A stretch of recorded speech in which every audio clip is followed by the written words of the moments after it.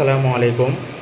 আপনাদের সামনে এলাম দু চারটি কথা বলার জন্য। কাউকে হিট করে নয়, ঠিক আছে, মনের কথা আর কি শেয়ার করছি আপনাদেরকে। দেখেন, আজকে যে ঘটনাগুলো ঘটছে, কেউ শান্তিতে নেই, সবাই অশান্তিতেই আছে, ঠিক আছে। আমরা একজন ভারতীয় এবং নিজের দেশকে প্রচুর ভালোবাসি, ঠিক আছে, এবং দেশের জন্য জানও দিতে পারি, সেটা বড় কথা নয়, ঠিক আছে। কিন্তু আপনাদের সামনে একটাই কথা আমি বলতে চাই যে নির্দোষ মানুষকে মারছে, এটা কিন্তু অন্যায় হচ্ছে।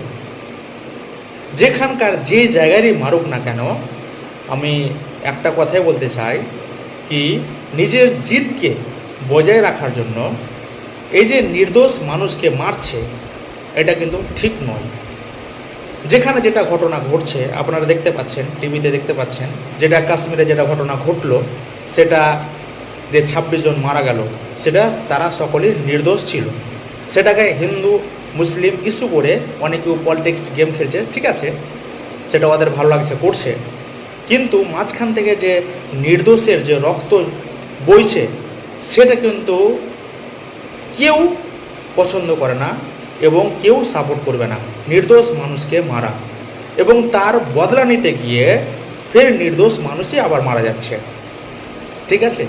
এই যে দাঙ্গা হাঙ্গামা লাগছে, এই যে সমস্যা হচ্ছে, এই সমস্যাতে কিন্তু যারা কুচোট, ঠিক আছে, যারা খারাপ লোক, তাদের কিন্তু কিচ্ছু হয় না, মারা যাচ্ছে মাঝখান থেকে কে, নির্দোষ মানুষ। তাই জন্য আমরা সকলে সাপোর্ট করব যাতে করে নির্দোষ মানুষ মারা না যায়।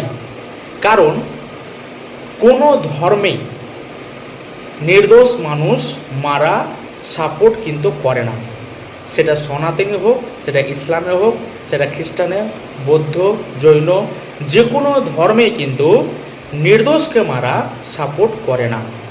তাই জন্য আমরা চেষ্টা করব ঐক্যভাবে ভারতবর্ষের মধ্যে থাকব, কারো জুলে আমরা এক অপরের শত্রু বানিয়ে না নিই। সেটা যে ধর্মের হোক না কেন, এক অপরের শত্রু বানিয়ে না নিই। আসুন আমরা সকলেই মিলেমিশে থাকি এবং একসঙ্গে থাকি, ঠিক আছে। এই বলে আজকে এই ভিডিও